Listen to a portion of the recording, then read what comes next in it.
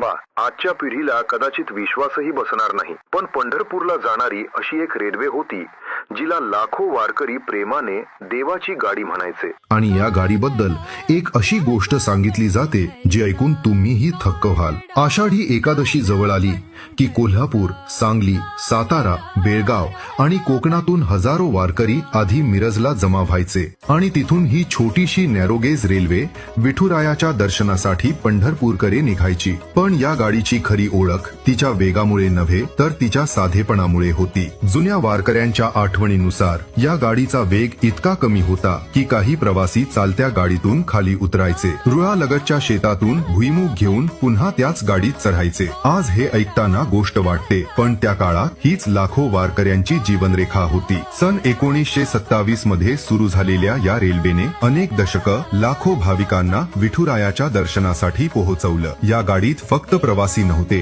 तर टाळ, मृदंग, अभंग, हरिनामाचा गजर आणि विठ्ठल भक्तीचा अखंड उत्सव असायचा। आणि या गाडीचं महत्व किती होतं याचा आणखी एक पुरावा म्हणजे भारताचे पहिले रेल्वे मंत्री लाल बहादूर शास्त्री यांनीही 1955 मध्ये वारकऱ्यांसोबत याच गाडीने प्रवास केला होता। आता स्क्रीनवर दिसणारी ही जाहिरात नीट पहा, ही आजची नाही तर तब्बल 94 वर्षांपूर्वीची रेल्वे जाहिरात आहे। आज तुमच्या घरात आजोबा, पणजोबा किंवा कुणी या देवाच्या